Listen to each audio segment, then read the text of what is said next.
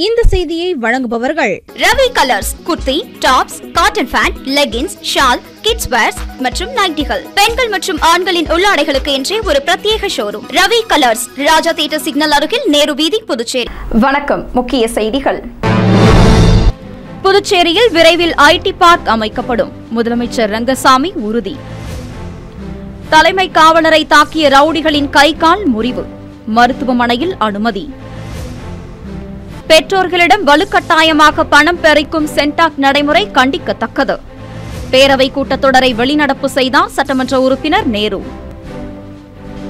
தனியார் மருத்துவக் கல்லூரிகளில் 50% இடஒதுக்கீடு பெறாத புதுவை அரசுக்கு எதிர்ப்பு. அதிமுக சார்பில் கண்டன ஆர்ப்பாட்டம். உங்கள் முத்து சில்கர்ஸில் ஆடி சிறப்பு தள்ளுபடி ஆரம்பம். 5% முதல் 50% வரை சிறப்பு தள்ளுபடி. குழந்தைகள் முதல் பெரியவர்கள் வரை அனைவருக்கும் ஒரே இடத்தில். முத்து சில்கர்ஸ், ராஜா தியேட்டர் சிக்னல் அருகில், நேரு வீதி, பாண்டிச்சேரி. இனி விரிவான செய்திகள். புதுச்சேரியில் இளைஞர்களுக்கு வேலைவாய்ப்பு வழங்கும் வகையில் விரைவில் ஐடி பார்க் அமைக்கப்படும் என்று சட்டப்பேரவை பட்ஜெட் மீதான விவாதத்தில் முதலமைச்சர் ரங்கசாமி உறுதியளித்துள்ளார். புதுச்சேரியில் நடப்பு ஆண்டுக்கான பட்ஜெட் கூட்டத்தொடர் கடந்த 31ஆம் தேதி தொடங்கி நடைபெற்று வருகிறது. தொடர்ந்து கடந்த 2ஆம் தேதி முதலமைச்சர் ரங்கசாமி நிதிநிலை அறிக்கையை தாக்கல் செய்தார். இதையடுத்து நிதிநிலை அறிக்கையின் மீது உறுப்பினர்களின் விவாதங்கள் நடைபெற்று வருகிறது. நிதிநிலை அறிக்கை விவாதத்தில் உறுப்பினர்களின் கேள்விக்கு பதிலளித்து பேசிய முதலமைச்சர் ரங்கசாமி, மக்களுக்காக செய்து வரும் நலத்திட்டங்களை குறைக்க முடியாது, புதுச்சேரி மாநிலம் பெரிய வளர்ச்சியை அடைய வேண்டும் என்பதே தமது எண்ணம் என்றும், அனைத்து உறுப்பினர்களும் பாராளுமன்றத்தில் குரல் கொடுத்து புதுச்சேரிக்கு மாநில அந்தஸ்து பெற்றுத் தந்தால் நல்லது என்று தெரிவித்தார். பல புதிய நிறுவனங்களை கொண்டுவர அரசு நடவடிக்கை எடுத்து வருவதாகவும், பல சலுகைகளை அந்த நிறுவனங்கள் கேட்கின்றனர், அதுகுறித்து அரசு உரிய நடவடிக்கைகளை எடுத்து வருகிறது. வருங்காலத்தில் விரைவில் ஐடி பார்க் மற்றும் தொழிற்சாலைகள் கொண்டு வந்து இளைஞர்களுக்கு வேலை கொடுக்க அரசு நடவடிக்கை எடுத்து வருவதாக குறிப்பிட்டார். மேலும் சென்டாக் மூலமாக காமராஜர் நிதியுதவி தொகை மாணவர்களுக்கு விரைவில் வழங்கப்படும் என்றும், கடல் நீரை குடிநீராக்கும் திட்டத்திற்கு 480 கோடி ரூபாய் ஒதுக்கப்பட்டுள்ளது. இந்த ஆண்டு அந்த திட்டம் செயல்படுத்தப்படும் என்று தெரிவித்த முதலமைச்சர் ரங்கசாமி, திருக்காஞ்சி ஆன்மீக சுற்றுலா தலமாகவும் வில்லியனூர் கோவில் நகரமாகவும் மாற்றப்படும் என்று தெரிவித்தார். இந்த ஆண்டு அந்த திட்டம் செயல்படுத்தப்படும் என்று தெரிவித்த முதலமைச்சர் ரங்கசாமி, திருக்காஞ்சி ஆன்மீக சுற்றுலா தலமாகவும் வில்லியனூர் கோவில் நகரமாக மாற்றப்படும் என்று தெரிவித்தார். கல்வித்துறை மூலமாக அழைத்து செல்லப்படும் சுற்றுலாவுக்கு ஆதிதிராவிடர் மாணவர்கள் மட்டுமே அழைத்து செல்லப்படுவதாக குற்றச்சாட்டு இருந்து வருகிறது. இனி அனைத்து மாணவர்களும் அழைத்து செல்லப்படுவார்கள் என்று உறுதியளித்த அவர், வெள்ளை அரிசி கட்டாயம் போடப்படும், அதுவும் ரேஷன் கடைகள் மூலமாகத்தான் வழங்கப்படும், ரேஷன் கடை ஊழியர்களுக்கு ஊதியம் வழங்கப்படும், நிலுவை ஊதியங்களும் வழங்கப்படும் என்றும் சட்டப்பேரவையில் முதலமைச்சர் ரங்கசாமி தெரிவித்துள்ளார். புதுச்சேரியில் தலைமை காவலரை தாக்கிய கஞ்சா வாலிபர்களை காவல்துறையினர் கைது செய்ய முயன்றபோது தப்பி ஓடிய குற்றவாளிகள் கை கால் முறிவு ஏற்பட்டு அரசு மருத்துவமனையில் அனுமதிக்கப்பட்டுள்ளனர். புதுச்சேரி வில்லியனூர் கோபாலன் கடை அம்மாநகர் பகுதியைச் சேர்ந்தவர் சதீஷ். கொலை முயற்சி வழக்கில் குற்றவாளியாக அறிவிக்கப்பட்ட இவர் தலைமறைவாக இருந்துள்ளார். இந்நிலையில் கோபாலன் கடையில் உள்ள அவரது வீட்டிற்கு வந்துள்ளார் இவர். இந்த தகவலை அறிந்த காவல்துறையினர் குற்றவாளியை கைது செய்வதற்காக போதைப்பொருள் தடுப்பு பிரிவு தலைமை காவலர் வசந்தை அனுப்பியுள்ளனர். இதையடுத்து அவர் வில்லியனூர் காவல் நிலைய காவல்துறையினரை துணைக்கு அழைத்தார். காவல்துறையினர் வருவதற்குள் குற்றவாளி தப்பித்துவிடக்கூடாது என்பதற்காக அவர் முன்னால் சென்றுள்ளார். அங்கு சென்ற அவர் குற்றவாளி சதீஷை பிடித்து விலங்கு மாட்டி காவல் நிலையத்திற்கு வருமாறு அழைத்துள்ளார். அப்போது சதீஷின் மனைவி, அவரது தம்பி பிரதீப் ஆகியோர் சேர்ந்து தலைமை காவலரை சரமாரியாக தாக்கியுள்ளனர். இதையடுத்து அவர் ஜிப்மர் மருத்துவமனையில் சிகிச்சைக்காக அனுமதிக்கப்பட்டுள்ளார். இந்த சம்பவம் குறித்து முத்தியால்பேட்டை தலைமை காவலர் தேவா கொடுத்த புகாரின் பேரில் வில்லியனூர் ஆய்வாளர் ஆறுமுகம் வழக்கு பதிவு செய்து சதீஷ், அவரது சகோதரர் பிரதீப், அவரது நண்பர் சக்தி, சதீஷின் மனைவி ராஜேஸ்வர் ஆகியோர் மீது வழக்கு பதிவு செய்தனர். பின்னர் சதீஷ் மற்றும் அவரது சகோதரர் பிரதீப்பை காவல்துறையினர் கைது செய்ய முயன்றபோது இருவரும் தப்பி ஓடினர். அப்போது கீழே விழுந்ததில் இருவருக்கும் கை கால் முறிவு, எலும்பு முறிவு ஏற்பட்டது. உடனே அவர்களை கதிர்காமம் அரசு மருத்துவமனையில் போலீசார் சேர்த்தனர். இந்த வழக்கில் தொடர்புடைய சதீஷின் நண்பர் சிறுவன் என்பதால் அவரை காவல்துறையினர் சிறுவர் சீர்திருத்த பள்ளியில் அடைக்க உள்ளனர். மேலும் தலைமறைவான ரவுடி சதீஷின் மனைவி ராஜேஸ்வரியை தேடி வருகின்றனர். புதுச்சேரியில் இன்றைய சூழ்நிலையில் ரவுடிகள் உருவாவதற்கு காரணமே வேலையின்மைதான். படித்துவிட்டு அதற்குண்டான வேலை கிடைக்காததால் வீட்டில் இருக்கும் இளைஞர்களுக்கு ரவுடிகளுடன் தொடர்பு ஏற்படுகிறது. ரவுடிகளுடன் சேர்ந்து அவர்கள் குற்ற செயல்களில் ஈடுபடுகிறார்கள். அதன் மூலம் அவர்களுக்கு பணம், பொருள் கிடைப்பதால் அவர்களாகவே ரவுடிகளாக மாறிவிடுகிறார்கள். இதனால் முதலில் அரசு வேலைவாய்ப்புகளை பெருக்கி படித்த இளைஞர்கள் ரவுடிகளாக உருவாவதை தடுக்க வேண்டும் என்பதே பொதுமக்களின் கோரிக்கையாக உள்ளது. தனியார் மருத்துவக் கல்லூரிகளிடம் பேரம் பேசுவதை தவிர்த்து மாநில உரிமையை பயன்படுத்தி 35% சீட் கூட பெறாத அரசை கண்டித்து சுயேட்சை சட்டமன்ற உறுப்பினர் நேரு சட்டப்பேரவை கூட்டத்தொடரில் இருந்து வெளிநடப்பு செய்தார். புதுச்சேரி சட்டப்பேரவை கூட்டத்தொடரில் பட்ஜெட் மீதான விவாதம் பரபரப்பாக நடைபெற்றது. கூட்டத்தொடரில் இருந்து வெளிநடப்பு செய்த சுயேட்சை சட்டமன்ற உறுப்பினர் நேரு செய்தியாளர்களை சந்தித்தார். அப்போது அவர் புதுச்சேரியில் போதிய அளவில் தனியார் மருத்துவக் கல்லூரிகள் இருந்தும் மாநில உரிமையை பயன்படுத்தி தற்போதைய அரசு மாணவர்களுக்கு 35% கூட சீட்டு பெற்று தரவில்லை என்பது கண்டிக்கத்தக்கது என்றும், புதுச்சேரி மாணவர்களின் மருத்துவ கனவை நிறைவேற்றும் விதமாக தனியார் கல்லூரிகளுடன் பேரம் பேசுவதை தவிர்த்து மாநில உரிமையை பயன்படுத்தி அதிக சீட்டுகளை பெற்று தர வேண்டும் என்று பல்வேறு சட்டப்பேரவை கூட்டத்தொடரில் வலியுறுத்தி வருவதாக தெரிவித்தார்.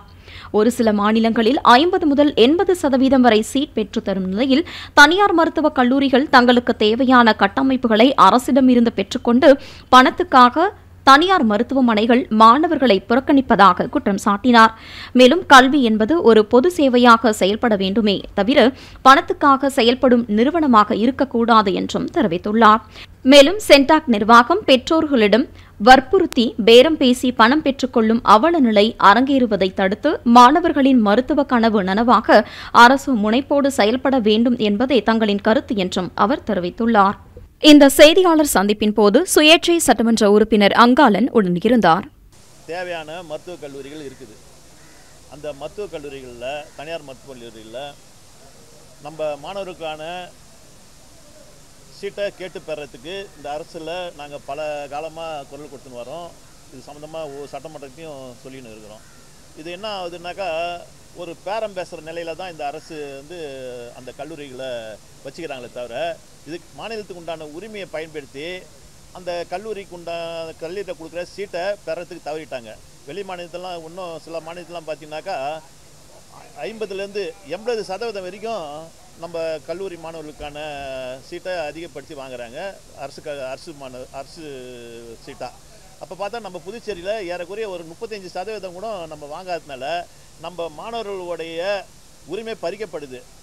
இதுக்காக நம்ம எவ்வளோ செலவு பண்ணுறோம். இன்றைக்கி மருத்துவக் கல்லூரிக்கு தேவையான அவங்களுக்கு உண்டான கட்டமைப்புலாம் புதுச்சேரியில் மின்சாரம், தண்ணி அதையெல்லாம் பயன்பெற்றுக்குன்னு நம்ம புதுச்சேரி மாணவர்களை அவங்க புறக்கணிக்கிறாங்க. பணத்துக்கோசம் இந்த கல்லூரியெலாம் நடக்கூடாது. ஏன்னா சேவை மனப்பான்மையோட தான் அவங்க தொடங்குறதா ஒரு கல்லூரியை ஆரம்பிக்கிறாங்க. நாளடைவில் அது இப்போ எப்படி ஆகுதுனாக்கா, பணத்துக்காகவே அந்த நிறுவனம் செயல்படுதா தெரியுது. அதை இந்த அரசு வேடிக்கை பார்க்கக்கூடாது.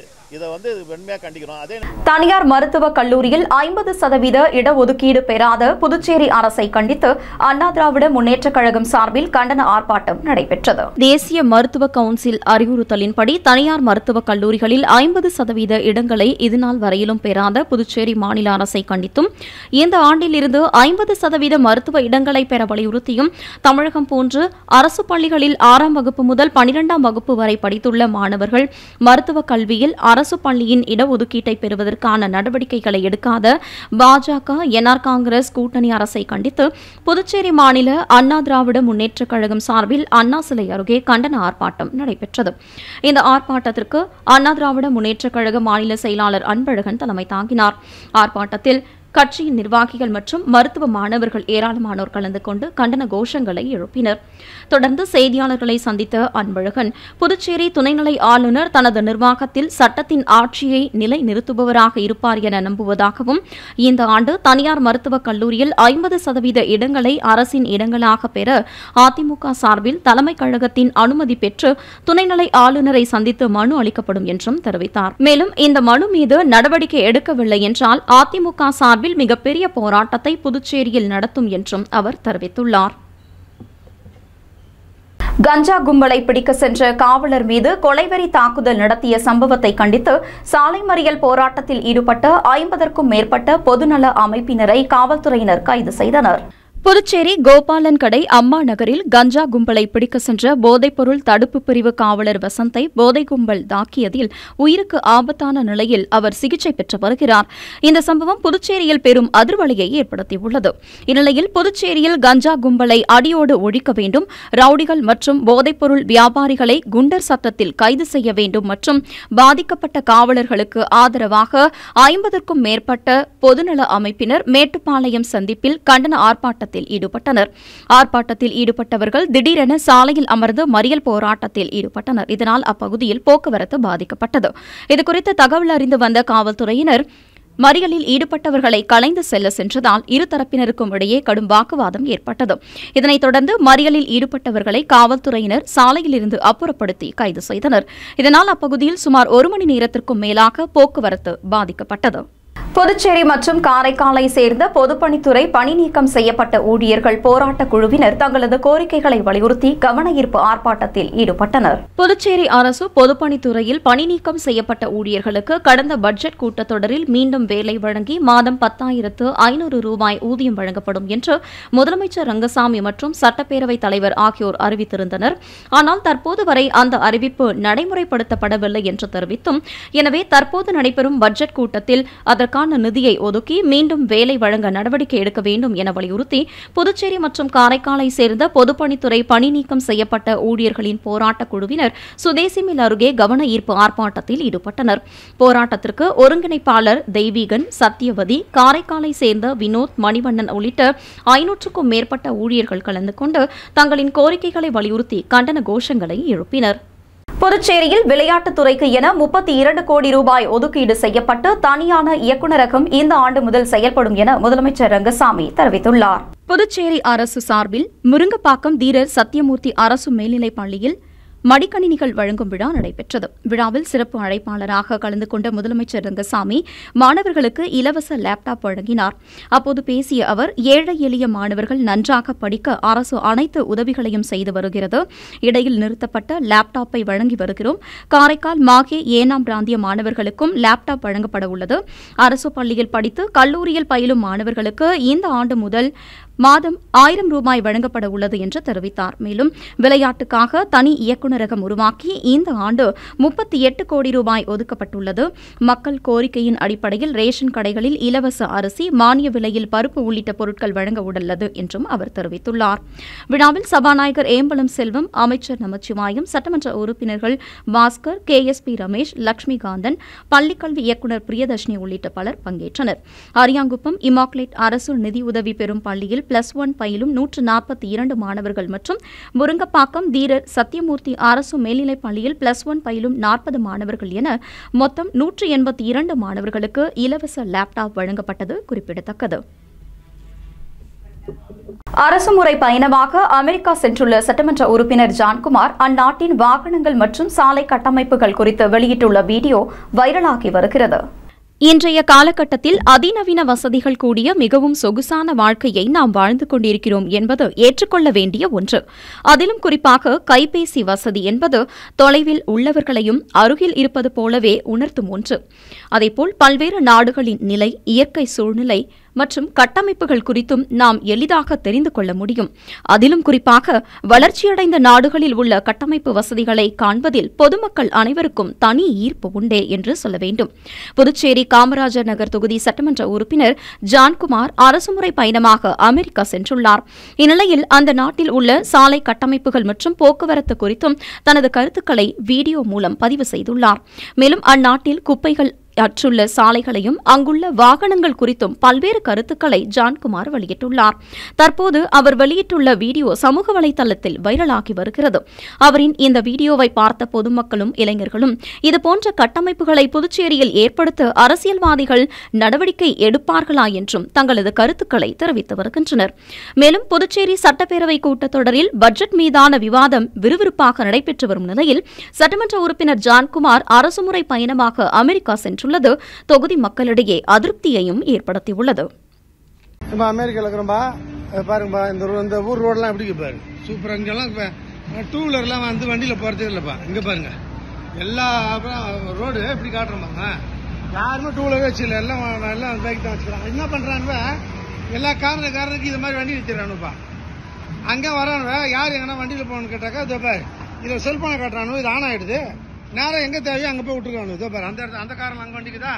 சாலையோர விற்பனை குழு தேர்தலை உடனே நடத்த வேண்டும், சாலையோர வியாபாரிகள் மீது பொய் வழக்கு பதிவு செய்வதை நிறுத்த வேண்டும் என்பன உள்ளிட்ட பல்வேறு கோரிக்கைகளை வலியுறுத்தி சாலையோர வியாபாரிகள் சங்கத்தினர் சட்டமன்றம் அருகே கண்டன ஆர்ப்பாட்டத்தில் ஈடுபட்டனர். புதுச்சேரியில் ஆக்கிரமிப்பு அகற்றம் என்ற பெயரில் சாலையோர வியாபாரிகளை அப்புறப்படுத்தக்கூடாது, சாலையோர வியாபாரிகள் மீது புதுச்சேரியை ஆளும் என்ஆர் காங்கிரஸ் பாரதிய ஜனதா கட்சி கூட்டணி அரசு வழக்கு பதிவு செய்வதை கைவிட வேண்டும், நிறுத்தப்பட்ட சாலையோர விற்பனை குழு தேர்தலை உடனடியாக நடத்திட வேண்டும், சாலையோர வியாபாரிகள் மற்றும் அமைப்பு சாரா தொழிலாளர்களுக்கான நல வாரியத்திற்கு தற்போது நடைபெறும் பட்ஜெட் கூட்டத்தொடரில் உரிய நிதி ஒதுக்கி செயல்படுத்த வேண்டும் என்பன உள்ளிட்ட 10 அம்ச கோரிக்கைகளை வலியுறுத்தி ஆளும் அரசை கண்டித்து புதுச்சேரி சாலையோர வியாபாரிகள் சங்கம் சார்பில் 100க்கும் மேற்பட்ட வியாபாரிகள் ராஜா திரையரங்கிலிருந்து சட்டப்பேரவை நோக்கி பேரணியாக சென்றனர்.